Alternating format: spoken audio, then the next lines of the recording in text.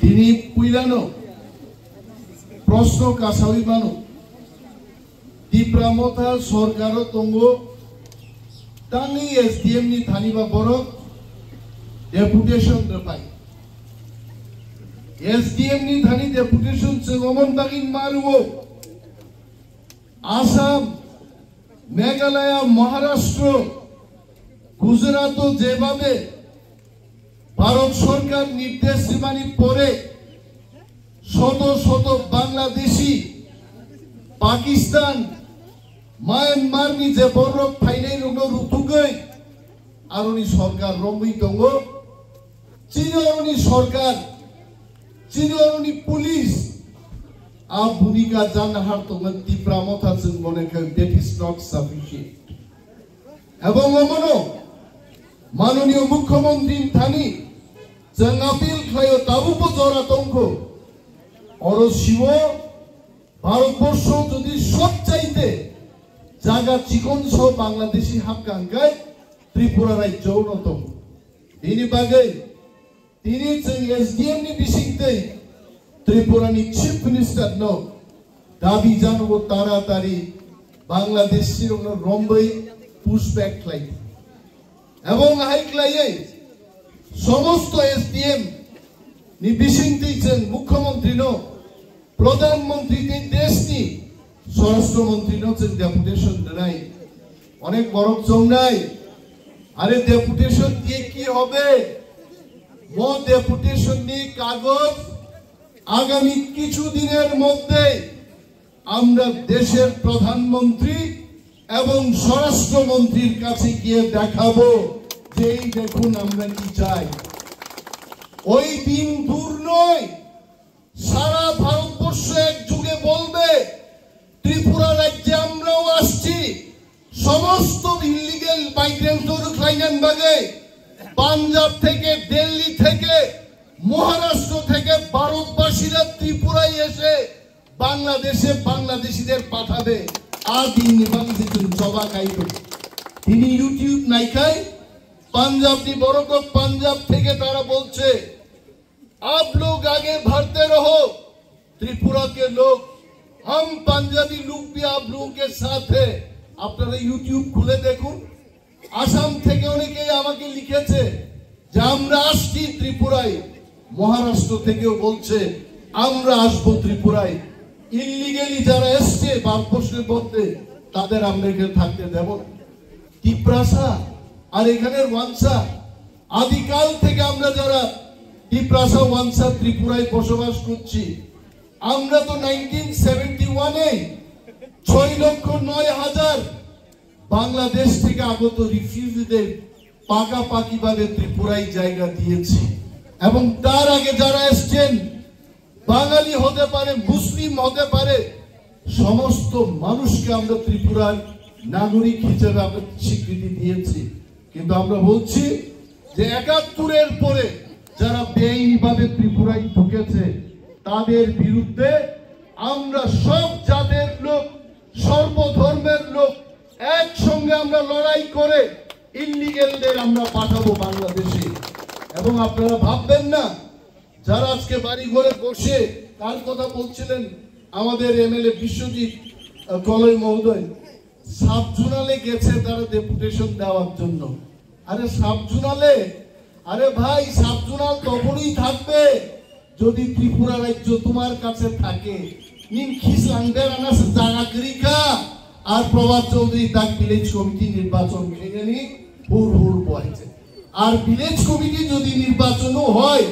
CPM কে একটা village committee জিতবনি শূন্যের কোথায় দেব শূন্য শূন্য বড় কিচ্ছু তারা টিপ্রামথাকে চাই দুর্বল হোক সিপিএম খালি কুজুস টিপ্রামথানো ভারতের সরকারকে পরিচালনা করছে টিপ্রামথা না অন্য কোন দল ত্রিপুরাও সরকার লিড খাই নাই সব প্রভাব পাবো ত্রিপুরাও সরকার লিড খাই নাই বিজেপি সে খাই কিন্তু দিন দাদা পলিট ব্যুরোনি মেম্বার আর ত্রিপুরার একজন বিরোধী দলনেতা কুতুব মাখাই টিপ্রামথানোর কুতুব তাঙ্গি কুতুব খানা কারণ টিপ্রামথা দংনা বাগাই সিপিএম পাহাড় হাবমায়া আর মহারাজা কথান তংসা সিপিএম তে পাহাড় হাবিব মালিয়া বড় ঠিক নাই মহারাজ বয়স বুঝছেন 47 বছর আর মানিক সরকার বয়স বুঝছেন কিনা 75-76 বছর সিপিএম পার্টির সব নেতারা মারা গেল মহারাজা জিন্দা रहेगा আর মহারাজা যতদিন জিন্দা থাকবে আর এই লাল ঝান্ডা পাহাড়ে আর উঠবে না এখন তামসা কি বলে হাসপাতাল নাকি তারা করছে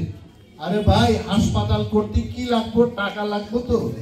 ইট কিনতে টাকা লাগবে সিমেন্ট কিনতে টাকা লাগবে এই টাকা কে দিছে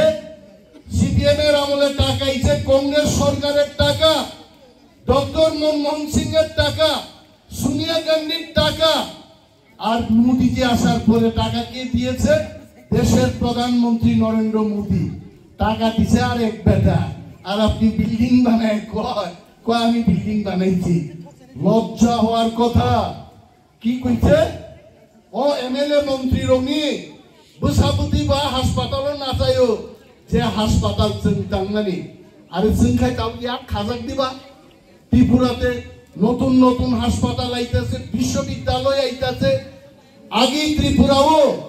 ন্যাশনাল হাইওয়ে একটা ছিল তিনি 4-5টা ন্যাশনাল হাইওয়ে থাকা ত্রিপুরাও প্রভাত বাবু চোখে না দেখলে একটু চোখের ডাক্তারের কাছে গিয়ে আপনি একটু চোখ পরীক্ষা করান সব ক্লিয়ার দেখতে পাইবেন পরিষ্কার জানাই আর বলে কিচ্ছু হইতেছে না আমরা তো দাবি করতেছি প্রভাত বাবুর উচিত তিনি মিটিং ওয়ারও ফাইনানি ইলিগাল মাইগ্রেন্টসের বিরুদ্ধে আন্দোলন খাইনি কংগ্রেস পার্টি কই কেন কথা বলে না কংগ্রেস পার্টি সেদিন চিঠি লেখছে মহারাজার কাছে আপনি যে ইলিগাল মাইগ্রেন্টসের বিরুদ্ধে কথা বলেন কাট অফ ইয়ারটা কিটা আরে কাট অফ ইয়ার যাই বাদ দাও দুঃখটা আসেনি আগে এটা দেখো যদি দুঃখটা থাকে ধরো আর পাঠাও আর ত্রিপুরাজ্যের মানুষের কথা ভাবলে কংগ্রেস পার্টি কাট অফ দীক্ষা তুমি দাঁড়ায় থাকো না বাড়িতে বয়ে থাকো না আন্দোলন করো একমাত্র ত্রিপুরাতে আন্দোলন করি না একটাই দল আছে তীব্রামতা আর আমরা মন্ত্রী আরে রে ভাই মন্ত্রী আজকে আছে কালকে নাই কিন্তু দফা থাকতেই ত্রিপুরাজ্য থাকতেই রাজ্যই যখন বাংলাদেশের হাতে যাইব গা তখন কি আমরা বাঁচবনি আর আপনারা যারা বাংলাদেশ থেকে বাইকে আইছেন ওইখানে লোকের পিঠা মুড়া খাইতে খাইতে দৌড়াইয়া তখন তো কাটা তার বেড়া আসলো না ভুল্লা যায় না এই দিন হাফ পাইতে ত্রিপুরাতে ঢুকছিলেন আরও যদি ঢুকে তখন আর আমরা থাকার জায়গা থাকতো না কে আজকে কেন চাকরির অভাব কেন আজকে চাল ডালের অভাব কেন আজকে এত দ্রব্য মূল্য বৃদ্ধি কেন আজকে আগরতলা শহরের জমির দাম এত বেশি এটার একমাত্র কারণ ত্রিপুরায় ডেইলি অনুপ্রবেশ হচ্ছে অনেক বাঙালিরা এটা ভয়ে লজ্জায় বলে না কিন্তু আমাদের লজ্জা নাই আমি ত্রিপুরাজ্যের একজন মন্ত্রী কিন্তু মন্ত্রী কি মানুষের বাদ দিয়ে মন্ত্রী বলি আমারই কি সারা জীবনের জন্য শপথ গ্রহণ করাইতে যে আপনি চুপ থাকলেও সারা জীবন মন্ত্রী থাকবেন আমি ত্রিপুরার মানুষের জন্য লড়াই করব মন্ত্রীর জন্য আমি লড়াই করব না আইন যদি ত্রিপুরারে বাঁচাইতে হয় যারা সত্যিকারের ত্রিপুরারে ভালোবাসে বাংলাদেশি মাইগ্রেন্ট ইলিগালি যারা ত্রিপুরায় ঢুকছে মায়ানমার থেকে যারা আইছে পাকিস্তান থেকে খুব কম থাকবো ত্রিপুরার মধ্যে আর যদি থাইকা থাকে দড়ি দিয়া বাইন্দা ফিটাইতে এই আখাউড়ার গেট বা সাপুনের গেট দিয়া এরা পাঠাইতে এমনি পাঠায়েন না ফিটতে কয় না কয় পিঠের চামড়া লাল করে লাল বানাই ফিটতে পাঠাইতে দিব আর আমরা এখানে যা টিএসআর পুলিশ অনেক দিন এরা ফিটাইতে পারতেছে না এরাও তো প্রস্তুত চিনি কক বাইকে সাউতামো এক মা হারিয়া বালকই দোকা একটা অর্ডার যদি আয়ে এমন ফিটাইব এই ফিটার বাংলা একটা কথা আছে হাইরে কি দেখিলাম জন্মান্তরেও ভুলিব না আর যে বাংলাদেশিরা ধরা পড়বো কইব আইরে কি ফিটা খাইলাম জন্মান্তরেও ভুলিব না এইভাবে পাঠাইতে এখনো টাইম আছে মাননীয় মুখ্যমন্ত্রীর কাছে আমি একজন মন্ত্রী আমিও অনুরোধ করছি যে মোবাইল টাস্ক ফোর্স এই পুলিশের যে উইং